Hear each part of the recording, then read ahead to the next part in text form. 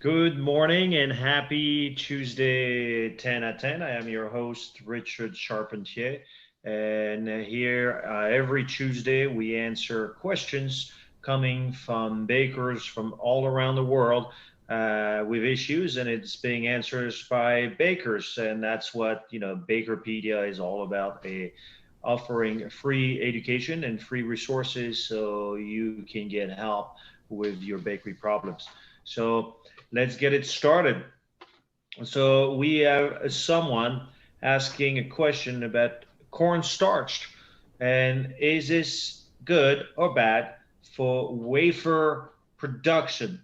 So just for those who are not familiar with wafers are those very thin cracker-like wafer, often filled with fillings, and they're crispy.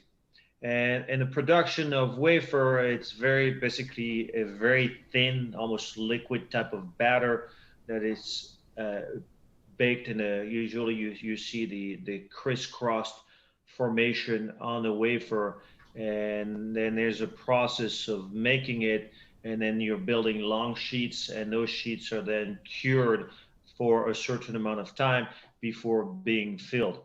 It's big in Europe as well. Sometimes they put coating, the chocolate, the different fillings. Now going back to, if you, hopefully you know what it is, but the cornstarch is good or bad. Wafer do contain some amount of starch. I've seen wafers where the people are using flour, wheat flour, just to create something to bind it, because you're going to need to be able to cook it and find a way to get the crispiness of it. Whether or not cornstarch, I think it could work. What level would work will have to be tested and validated in your operation, because the process is you're baking it, and then there's a stage where you're curing, where basically you're sitting it for about, you know, 8 to 12 hours or longer, based on to create extra evaporation of your product so it maintains crispy. So, and if you're already in the production of making wafer, it's doable. It's, again, that's what product development or research will be. You will have to try it and see if it works for what you're doing and if you get the same texture, because you do not want to vary too far from the moisture content or the water activity you established for your process. So hopefully it helps you out with your question. But that's a great question. Next question: how to extend the shelf life of gluten-free breads? Uh, Again, gluten-free, as you're all aware, it requires different ingredients, rice, tapioca, cassava, to build a structure. But often, one of the biggest issue is, how do I prolong my shelf life? Meaning, from shelf life is from textural, meaning, without being crumbly or dry, and also mold free. How do you achieve it? There are several ways of doing it for gluten-free breads, which is similar to what you would do for regular gluten breads. So a lot of people will use cultured grains. So basically, you're developing a certain propionic and certain acids within a cultured thing, and then being gluten free. So the recommendation will be cultured corn or cultured brown rice flour, to basically drive a certain level of pH. Because remember, when you're playing with gluten free bread, you don't have the ability to, you could do it, but long fermentation, it requires more precision. And most of plant or bakery manufacturing facilities are going less fermentation, so therefore they have the issues. So one will be, you cultured brown rice, that's a recommendation. A lot of people also will add certain levels of vinegar, grain vinegar. And remember, vinegar comes in different forms. You can have, no, that's one topic. We could have one topic just discussing vinegar, but vinegar, it's something acidic, but vinegar is also alcohol. So, and people would play with certain levels of vinegar, and enzymes are being used as well for gluten-free productions. There are a lot of innovation around different enzymes. You have hydrocolloids such as gums could be used. A lot of people are being successful with methyl cellulose, hydromethyl cellulose, HPC, and getting good success to basically create a texture and being able to work it through process. So, and if you would be interested in more discussions over gluten-free, remember that on the BAKERpedia page, you can go to the bakery resources, click on that, and there's a list of consultants. We are available to you for either 30 minutes or hour sessions, just to one-on-one videos. Videos are recorded. You can keep it for yourself. We've been helping people all around the world in different situations and to guide you through. So do not hesitate. It's a good investment, especially, sometimes the trial and error and your time in the bakery. Contacted BAKERpedia would be a quick way to resolve your issues. But good questions, and hopefully it helps. Uh, next, moving on to the next questions, we have somebody asking about keto. Keto, just for everybody to be aware, keto is no carb, no sugar, high protein. Usually people will use resistant starches, and but it's for the U.S. So the question about keto is: this possible to have the name of the brand lecithin being used and the percent used on baker's percent? Is there a video to watch?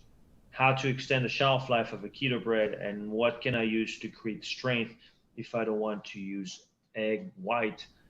So basically, we have four questions. So we'll try to, combine everything into one. So brand names for lecithin. Lecithin is lecithin. How do you want to use your lecithin? Do you want a liquid lecithin? Lecithin comes in different strength. Is this sunflower? Is this soy lecithin? Is this egg lecithin? What are you run? What are you trying to use? Lecithin comes in liquid and dry form. So where some lecithins are enzyme treated. So we could spend hours, and what I recommend is go on the BAKERpedia page. There are a lot of great resources that Dr. Lynn Carson did on emulsifiers. So I would recommend you go spend some time there to really learn and get acquainted. In terms of percent of lecithin being used, it really varies about what you're trying to do, what kind of machines, what kind of throughput, meaning how many pieces or loaves are you creating per hour. And all of that is going to determine what you should use and the level you should use. There's no, oh, use this and you're done. I wish it would be very easy for all of us to just give a guideline book and done. But in terms of your operation, not knowing the other ingredients you're using for your keto and what your formula is like is difficult to do. Is there a video to watch on BAKERpedia? Not that I'm aware of, but that's something that could be done if there is a request. I know Dr. Lynn Carson did some talks about keto or different, high protein and within that segment. But is there something specific to keto bread? How to make a keto bread? I don't think so. How do you extend the shelf life of keto bread? It's very similar to the gluten-free, but now you're dealing with really high amount of protein, and it's going to be done through your formulation, your packaging, and having basically a clean plant where how you're going to package it, what type of packaging you're using, and what target shelf life are you going after. And then to touch your last question, you do not want to use egg white and you're looking for alternative. So there are some cellulose gums that can be used to build strength, or different, basically, fiber, functional fiber to build strength.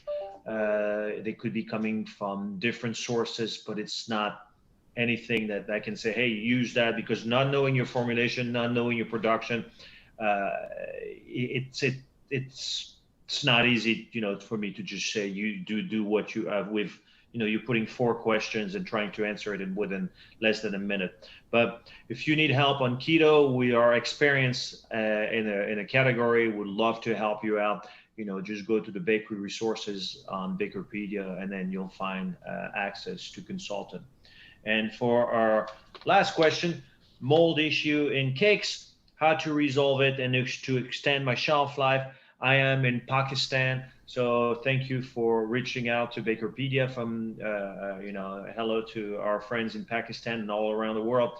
Uh, Mold issues in cakes, it's all about balancing your formulation. What's your pH?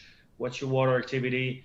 What's your shelf life? What kind of packaging do you have? That's part of product development, because remember, mold are in the air. They are everywhere around us. Is your product sitting on the shelf? Are people touching the cakes? Or the door open? Are the fans blowing?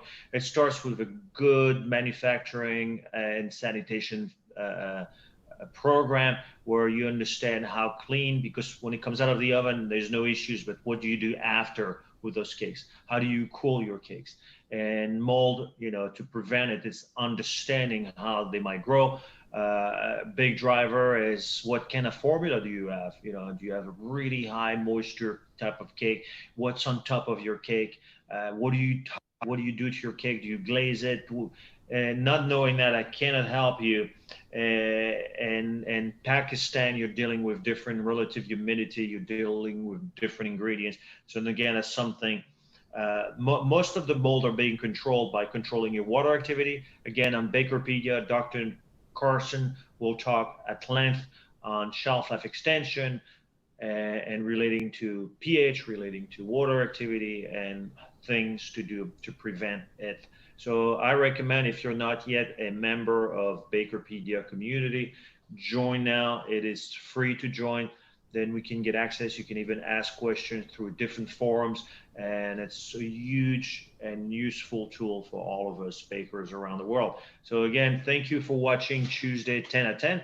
Again, I appreciate all the great questions, and we'll see you next week, and you have a wonderful rest of your day. Thank you very much.